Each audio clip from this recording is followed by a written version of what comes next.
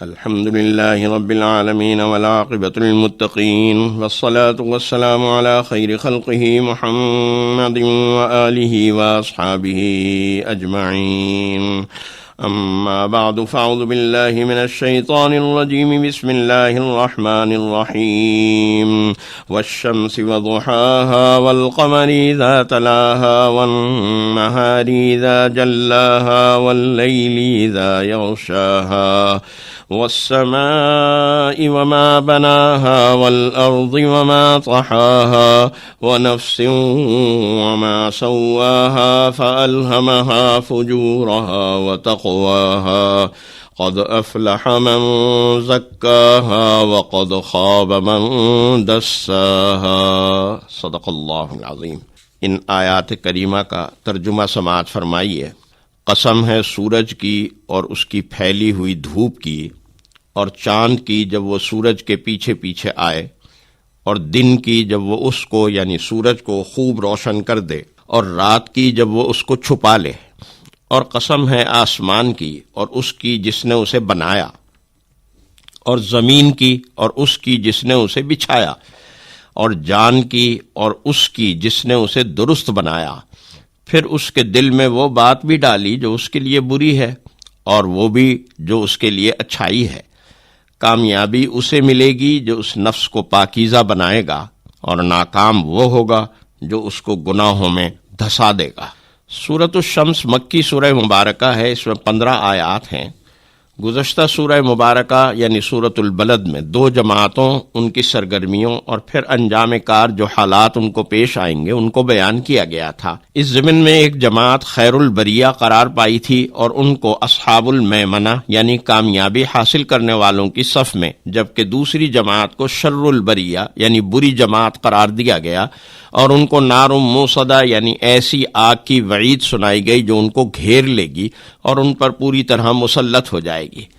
اسی مناسبت سے سورۃ الشمس میں رب کائنات اپنی 8 مخلوقات کی قسم اٹھا کر یہ واضح فرما رہے ہیں کہ انسان کو اس ذات بے ہمتا نے رب کائنات کی فرما برداری اور اس کی نافرمانی دونوں صلاحیتیں عطا فرمائی ہیں، اور تزکیے کا مکمل نظام کتاب اللہ کی شکل میں اور اس کا عملی پیکر صاحب قرآن علیہ الف الف تحیت و تسلیم کی صورت میں عطا فرما دیا ہے.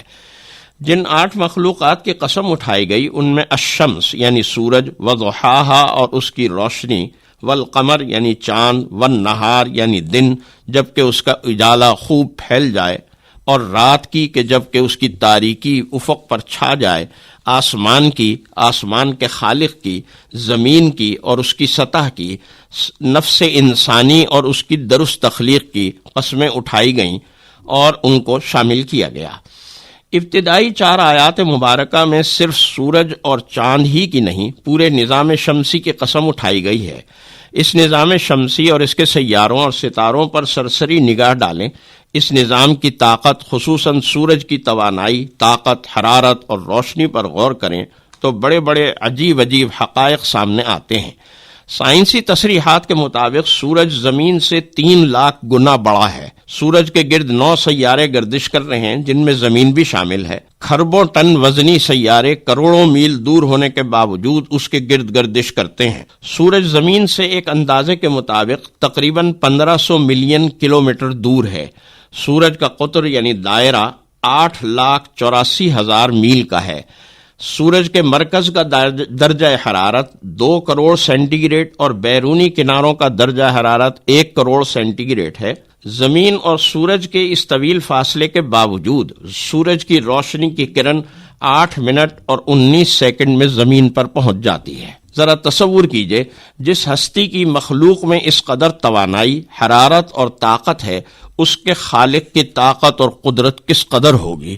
انسان کیا کوئی بھی مخلوق یا کائنات کی تمام مخلوقات جمع ہو کر بھی اس ذات پر جلال کی طاقت کا مقابلہ تو دور کی بات ہے، نہ اس کی طاقت کی پیمائش کر سکتی ہیں اور نہ اس کی طاقت اور قدرت سے اپنے آپ کو کہیں بھگا سکتی ہیں. جب یہ حقیقت پوری طرح واضح ہے کہ انسان اس کی طاقت و قدرت، اس کی حاکمیت و اختیار سے باہر نہیں نکل سکتا، تو اس کی نافرمانی، اس کے خلاف علم بغاوت بلند کرنے، اس کی ذات میں بے طاقت و قدرت اور بے جان مورتیوں کو شامل کر کے اللہ پر ایمان رکھنے والوں کو بے وقوف بنانے کی ناکام کوشش کر رہا ہے، اور حقیقت میں وہ اپنے ہی آپ کو بے وقوف بنا رہا ہے۔ اللہ تعالیٰ اس نظام شمسی کو، اس کی طاقت و قدرت کو، اور خصوصاً سورج کی طاقت و قوت کو، اس کے درجہ حرارت کو، اس کی قوت کو 9 سیاروں کے باوجود، اس کی اس قوت کو کہ 9 سیارے باوجود کروڑوں میل دور ہونے کے فاصلے پر ہونے کے باوجود سورج کے گرد گردش کر رہے ہیں۔ اس تمام نظام کو گواہ بنانے کے بعد اللہ تعالیٰ آیت مبارکہ نمبر 8 میں اس اصل حقیقت کو بیان کر رہا ہے جس کی عظمت کو ظاہر کرنے کے لیے رب کریم نے اس نظام کو گواہ بنایا ہے۔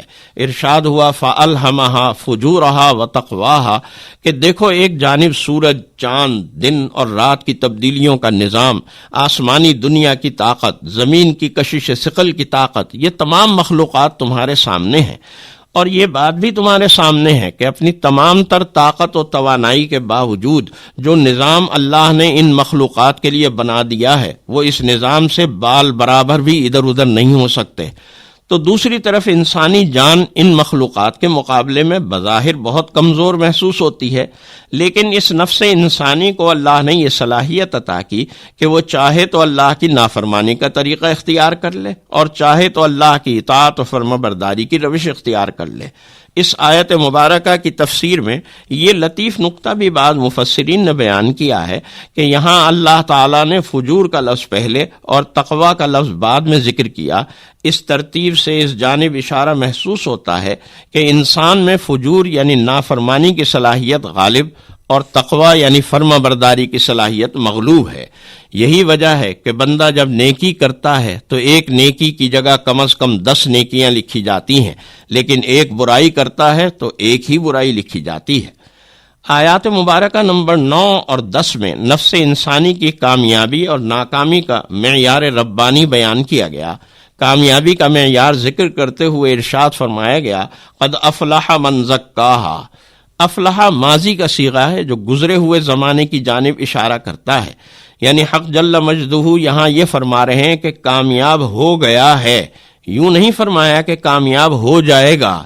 اگرچہ اللہ کی طرف سے مستقبل کے حوالے سے بھی کوئی خبر دی جائے تو اس کے صحیح اور برحق ہونے میں ادنا سا بھی شبہ نہیں ہو سکتا، لیکن جب ماضی کے صیغے سے خبر دی جائے تو اس حقیقت کے وجود کا پورا یقین ہوتا ہے، اور پھر یہ کہ ماضی کے صیغے کے ساتھ قد کا اضافہ بھی کر دیا گیا جس سے اس کامیابی کے یقینی ہونے کی تاکید بھی کر دی گئی، جس کی جانب ترجمے میں بھی اشارہ کر دیا گیا کہ کامیاب ہو گیا ہے۔